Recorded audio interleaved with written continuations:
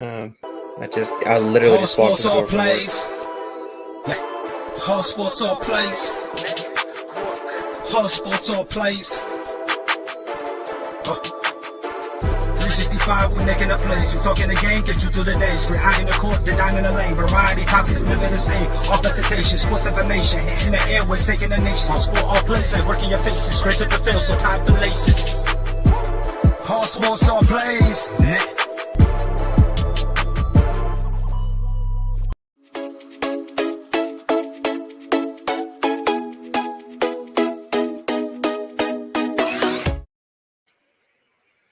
What's up? What's up? How's everybody doing? Chris Osborne, Dustin Lewis here, Lugs. How you doing, Dustin? I'm doing great, man. How about yourself? Good, good. Sorry, everybody, for the later delayed start. I got stuck at work, but I'm here. Dustin's been waiting for me. So, not not a whole lot to talk about, but we're gonna hit some bases. There has been some news. Um, unless you're just now getting from under a rock, Kyle Larson is your champion. Uh, but there was a test, a 2-day test at Charlotte, which mixed reviews still. There's still a lot of concerns with the safety of the next gen cars. Some drivers have been very vocal about that. I'm gonna let Dustin lead off with that stuff with the speeds and testing. Yeah, so of course, like you said, the safety is the biggest thing that the NASCAR drivers are worried about right now. Hey, Freddie. And yeah, talking about the speeds, these cars are not as fast as the Gen 6 cars used to be. So I think the pole this past year in 2021 was a 29-second lap time, like a 29.571 or something like that, set by Kyle Larson. Yep. And on day one, they were sitting like 31.5, 31.7, somewhere around there. So super slower lap times. And then on day two, they trimmed down the spoilers just a little bit, I think by 2 inches. And they actually got a little bit faster. Of course, less spoiler means less downforce, means a little bit faster. And I think they got as low as 30.5. So Yeah, I'm looking very at slow. 30.7. And what sticks out to me, you look at the speeds, Ford's won. I mean, if it's a winning thing, they won both testing sessions for speed. I mean, day two for the top five were Ford drivers. And that's night and day from a year that we just finished where Ford was outmanned and outpowered in almost every race. So, Oh, yeah. I like to see that. I like to see Ford getting back to uh, being competitive. Hey, Freddie, I see your comment there. We appreciate you stopping by, man. Freddie Henderson runs the show. He is the CEO for ASAP, All Sports, All Place Network. Thanks for showing up, man. Absolutely. So I see some variations with some of the speeds too, because the fastest Chevy both days is William Byron, which is not a surprise. When it comes to test and tune and any kind of a new situation, the younger drivers always, the aggressive style drivers always shine through. You think when we went to the car of tomorrow, the dominant driver was Kyle Busch. I mean, he absolutely, his driving style fit it perfectly. Um, Yeah. the Gen 6, I don't know that you could really say that a driver benefited more than others, but I think Toyota's really took off early with the Gen 6 car. Um, they're definitely going to miss it because, looking at the speeds, there wasn't a lot of Toyota success with this test session. They had a couple guys up front, but I mean, one of those was Dillon. I mean, he's not a guy that you're going to see every race as being, out of this world. So I don't know. That's kind of my takeaway. Yeah, I'm more or less the same with the takeaway. The one thing I will say that caught my attention is if you look at the next gen car when you compare it to the previous generation, especially in the later iterations of the Gen 6 car, the Gen 6 car was a car that was locked down to the racetrack. Yeah. You couldn't make them things spin out no matter what you did. And there's a video, I think it was posted by NASCAR.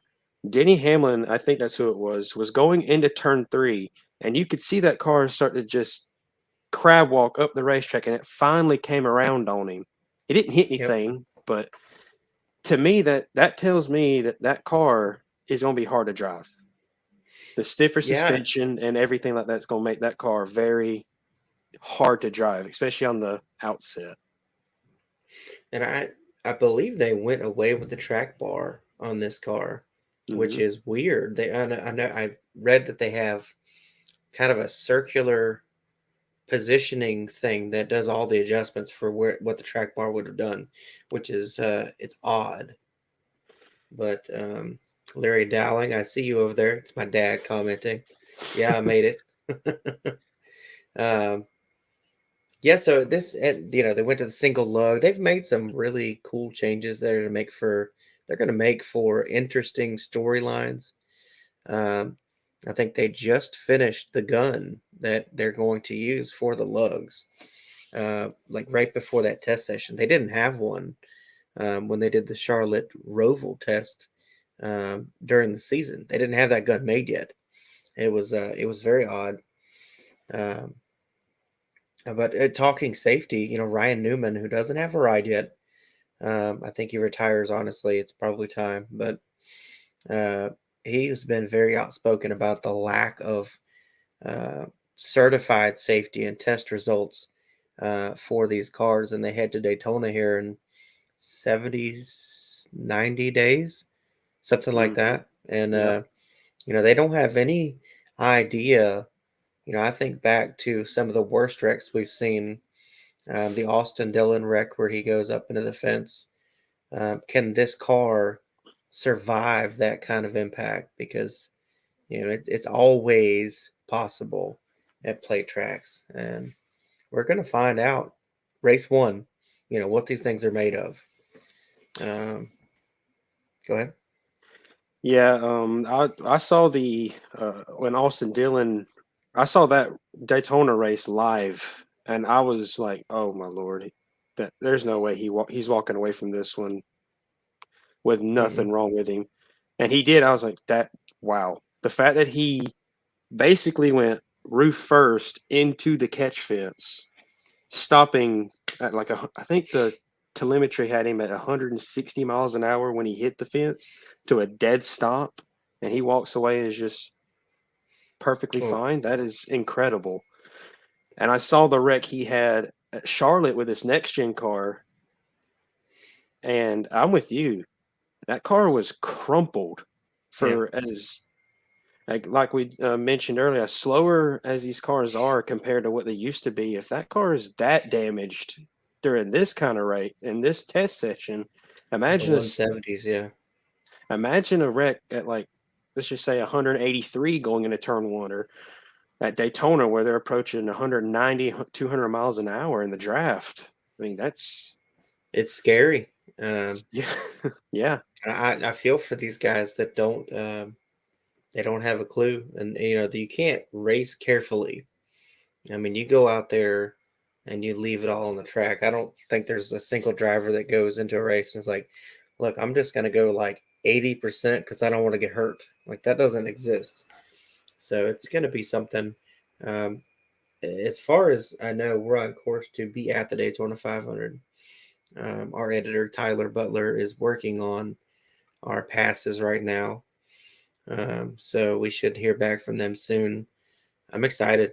I'm really excited to see the changes. And you'd mentioned in this message that Dover and Nashville were purchased. Is that Speedway Motors Incorporated? Is that who bought them? yep. That is SMI. That's the people that owned a lot of the 1.5 mile tracks. So like Texas, Charlotte, Atlanta, Las Vegas, Kentucky.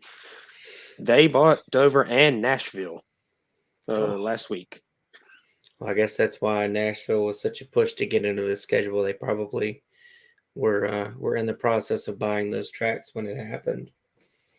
Um, North Wilkesboro and Rockingham. What do you got there?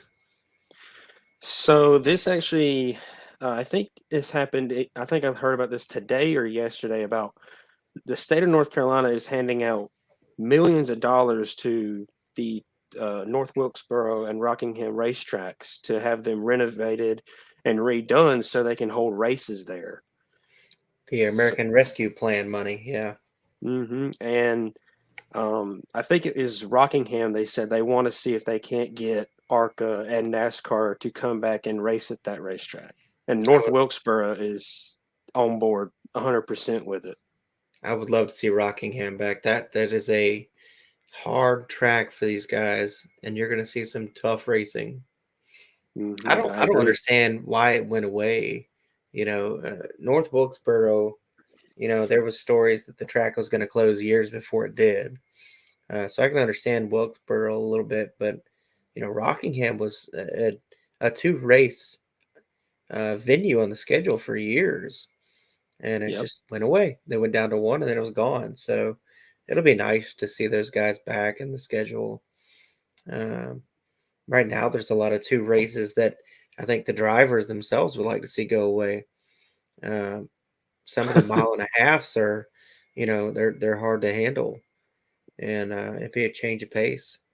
I know some drivers would like to see these road courses go down. I mean, Harvick can't be happy with driving 7 road courses a year. He's awful at road courses. Yeah. Well, with this whole push NASCAR's done to, add more road courses, add more short tracks to the schedule to really cut out these 1.5 mile racetracks. Because SMI, like I said, they own almost all of the 1.5 mile So, racetracks. And they were actually the ones that bought out North Wilkesboro and took it off the schedule in '96 to replace it with Texas. yeah, And I don't know if they still own North Wilkesboro now. I don't think so, but with I don't this know. whole renovation and new money coming in North Wilkesboro, this might be a chance to get it back on the schedule. Maybe not next year, but maybe like in 2024, 2025, Right? maybe. I mean, it might be next year if they're getting, millions of dollars from the state. They could fast track the. I'm pretty sure they'd have to repave it first. They'd have to resurface, and NASCAR might even want a more progressive banking, which we talked about a couple of weeks ago. More tracks, progressive bank. Maybe these two are, you know, options for that because I'd love to see them back. I would love to see Bowman Gray Stadium get at least a Truck Series race. I mean, Yeah, really, Bowman that Gray would is an be a amazing place. that would be a fun night of Truck Series racing for them to go to Bowman Gray. That'd be I a would, I that'd be a would sold make out that crowd. drive. I would so make that drive. Uh, so practice and qualifying, returning. They talked about that midsummer that it might be back full time next year, and they did confirm that, uh, which is great for guys like Kyle Busch. I think he has struggled the last 2 years because he and his crew chief, no matter who it is, they've always made great strides in practice and qualifying, and so this is going to be a chance for him to get back into the championship form that I think he had before. Another guy that you'll probably see pick it up now with practice is guys that the veterans are the ones that I always say are going to light it up. So you're going to see Kevin Harvick back to winning races next year. He knows how to tinker a setup to make it work for him. What are your thoughts on practice and qualifying? I mean, I'm glad they're returning. As a diehard NASCAR fan who watches practice, qualifying, watches the entire weekend, I'm glad they're coming back and they're doing it on live on TV. But it's the qualifying as the part of it that's kind of has me worried a little bit because if you've watched the past 10 years of NASCAR, I think starting in 2014 or 2015, I think we went to this knockout style format where there was 3 rounds or 2 rounds of qualifying, and the slowest of the field got cut, and then I think it was like 24th and above moved to the second, then top 12 and all that. And that's kind of the style they're going for now on these ovals, road courses. I think the only ones that aren't having this kind of style is the super speedways and Bristol Dirt on the Cup side of things. Mhm.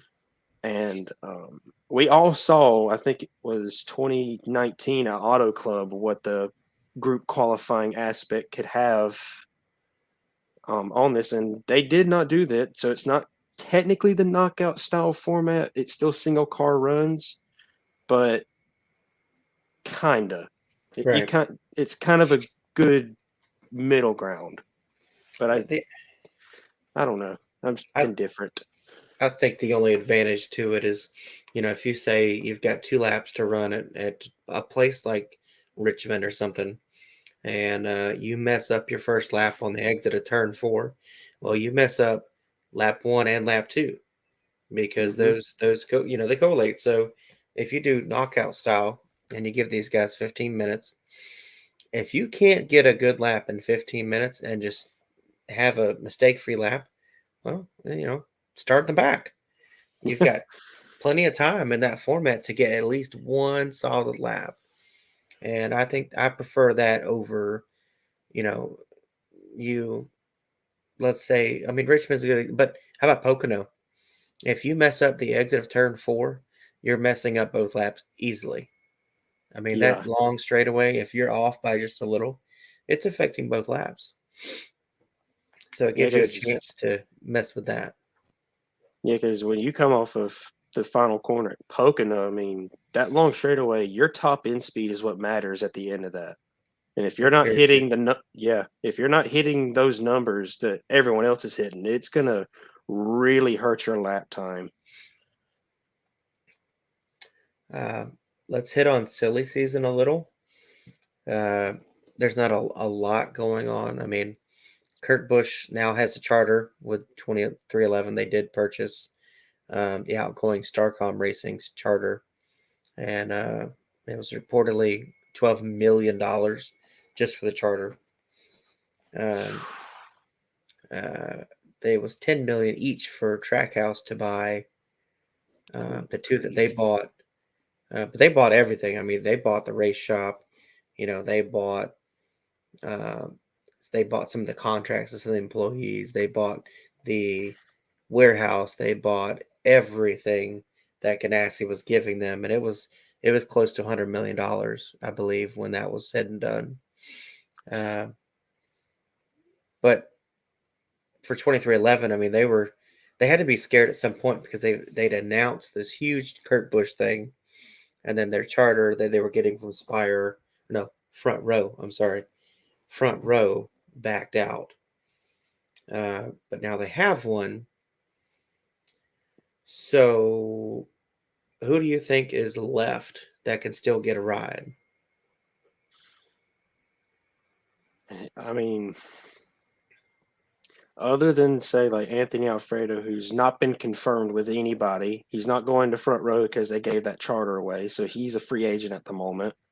Ryan Newman's Actually, do you know Front Row something? still has it, Mm-hmm. but they are looking for a different driver. They did release him. They Okay. they will have two cars next year confirmed. Um, I have not heard much about Alfredo. Um, I was kind of shocked they let him go. I mean, he was a few points away from Rookie of the Year. Yeah, it's still shocking that he hasn't been picked up by anybody yet, or at least not to any of our knowledge. Not to my knowledge, he hasn't. Silly I mean, Season Tracker still has him as a free agent. yeah, we had him on the show here about a month ago, and I mentioned, with Front Row keeping that charter, how comfortable was he? And he at the time assumed he would still be there. So I feel for him. That's tough, but he'll find a spot in the Xfinity series, no doubt. I don't see any cup rides that are going to pop open for him. Um, No, I don't see it either. A lot of these cup rides are already locked into contracts, multi-year contracts, and but the small teams are going away, and that's bad for NASCAR, in my opinion. Um, you talk about 5 years ago, there was about 10 small teams, 10 single car teams in NASCAR, and now we're down to three. Next year, there's only three single car teams that are going to be in NASCAR, and Yeah. that's money talking. Yeah. It's sad. It really is, because I remember when I was growing up, it was who's going to race their way into the race. I mean, who's got the qualifying pace, and you had like a entry list of 70, 60 cars, and now you have they're barely making 39, 40 cars a race because all these small teams getting either bought out or closing or whatever.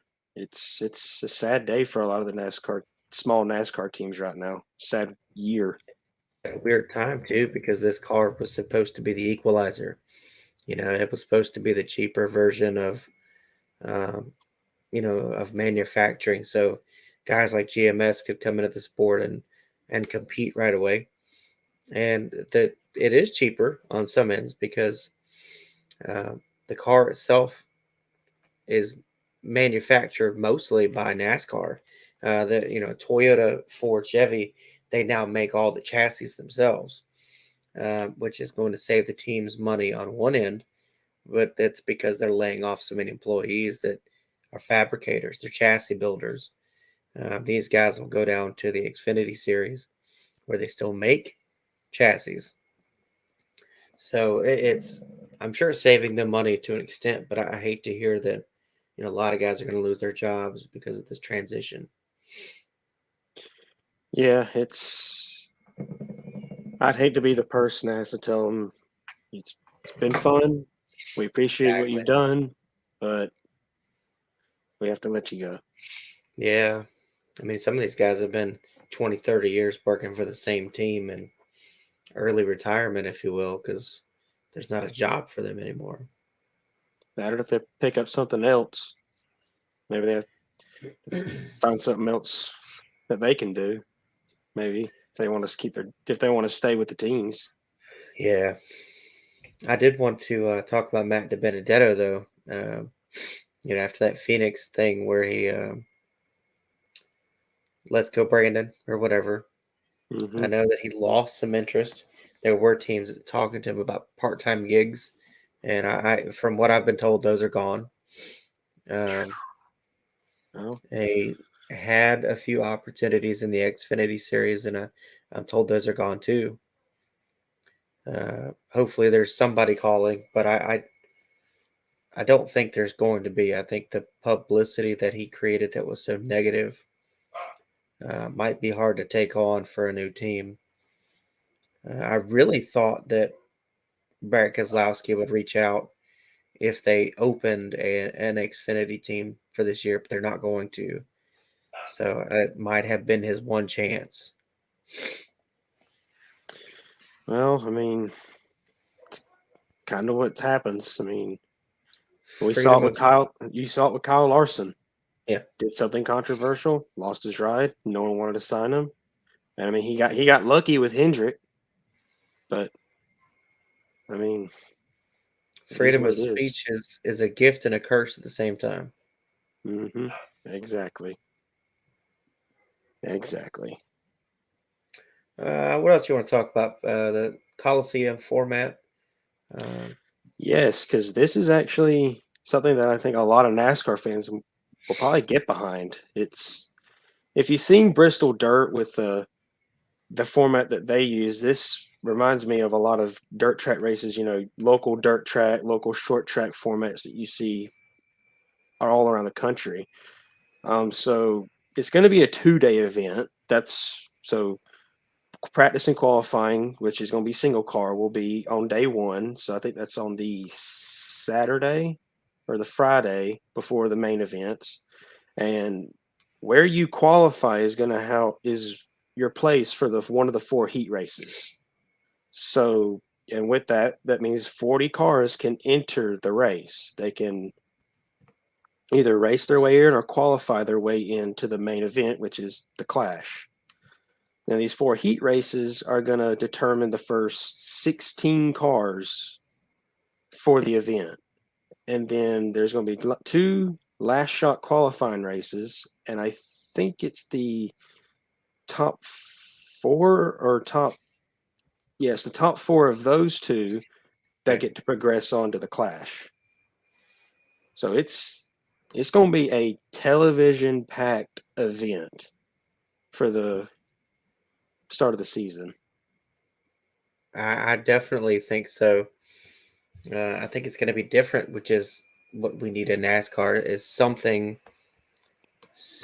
of a change. We've kind of gone off the same formats for a lot of stuff for a long time, and the Clash had gotten so boring at Daytona. You know, 70 lap format or whatever they were doing. Uh, the All Star race is about the same to me. They need to do something. I don't think the All Star race should be at any track that we have on the schedule. Like it's been Charlotte forever, now it's Texas. But if I was doing the Clash and the All Star race, I would do it at the Coliseum, like they're doing for the Clash, but maybe have the All Star race at a place like Bowman Gray or something that we don't ever go to. So it gives these fans some excitement. I mean, they had this All Star race, and it's just Texas. It was a Texas race for Yeah, money. It was boring, yeah. I but I mean, liked it.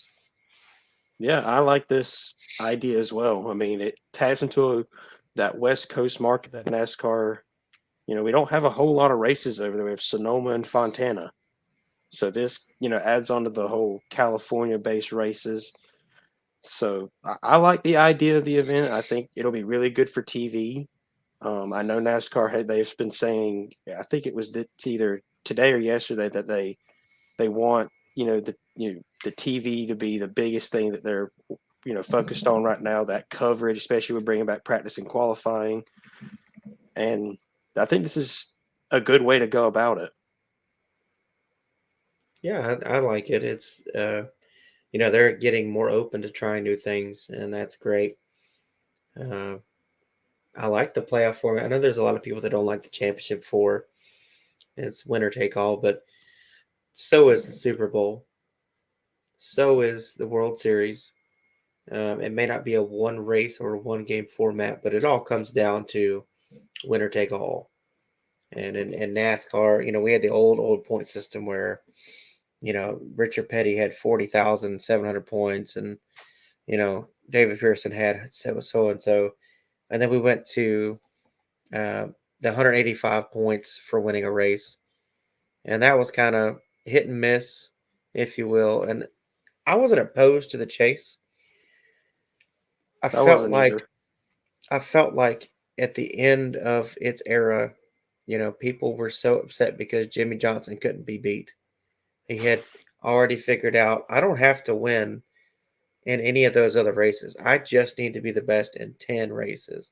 And he was the best at those 10. Hmm. So I think that's the difference is the championship four. You have to be great.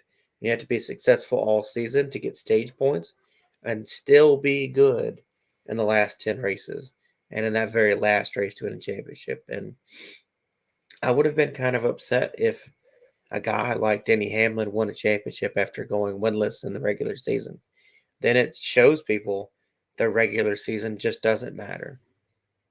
Yeah, Kyle Larson dominated the season, dominated wins, and he led so many laps and put himself in a position to win a title by being so far ahead with so many playoff points. So when yeah. he did struggle, like at Talladega, that was nothing because he had such a cushion. We got a couple minutes left. Go ahead and put out some closing statements, if you will. In terms of like the next gen car, everything that's coming up through the pipeline when it comes to NASCAR, the practice and qualifying coming at the Clash, I'm excited um, for the Clash. I'm ready to watch it. I'm ready to really binge watch this entire thing. Practice and qualifying coming back. I'm happy for that. That's just more NASCAR content for the NASCAR fans. The next gen, I am ready to see it on the super speedway when we go to Daytona and when we go to the Clash to the LA Coliseum. I'm a little worried with this how the packages are for these mile and a halves and all the other ovals, how the car is going to run. I'm looking for, if we get North Wilkesboro and Rockingham back, that is going to be Epic. big. Yeah. Yes. It's gonna be awesome. I mean, I don't know how else to describe it. That would be the best thing Christmas.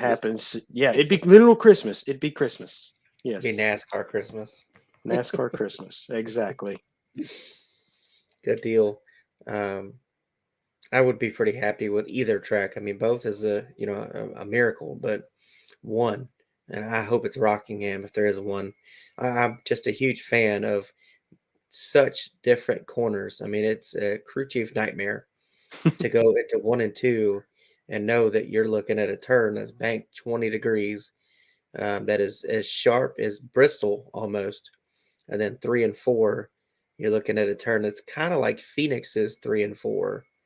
It's really opposite of any other track, and it's so fun to watch these guys struggle and work so hard to get better. Yeah, it races a lot like how Darlington races. If you make your Yeah. car feel real good in 1 and 2, then 3 You're and 4, awful. you're awful. But if you make it good in 3 and 4, you're going to suck in 1 and 2. And that was the appeal of that racetrack, of just how different it was compared to everything else. Yep, I'm ready. I'm just excited to see NASCAR again. It's only been a couple weeks, and I'm already like, dude, this sucks. This really Listen, sucks to have anything. Yeah, I've been watching a ton of race replays just because I'm like, yes, I want more NASCAR content. Keep pumping the race replays out. Yeah. Well, I have the Georgia Bulldogs I still cover, and that's great. But I mean, we only got a few weeks of that left too, so I'm really, really going to be fiending soon. We do have to cut it short tonight. Sorry for the short show.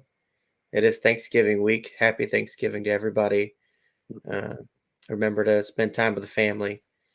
Include everyone. Don't leave Uncle Fred sit on the porch eating by himself. Thanks to ASAP Sports Network for putting us up here.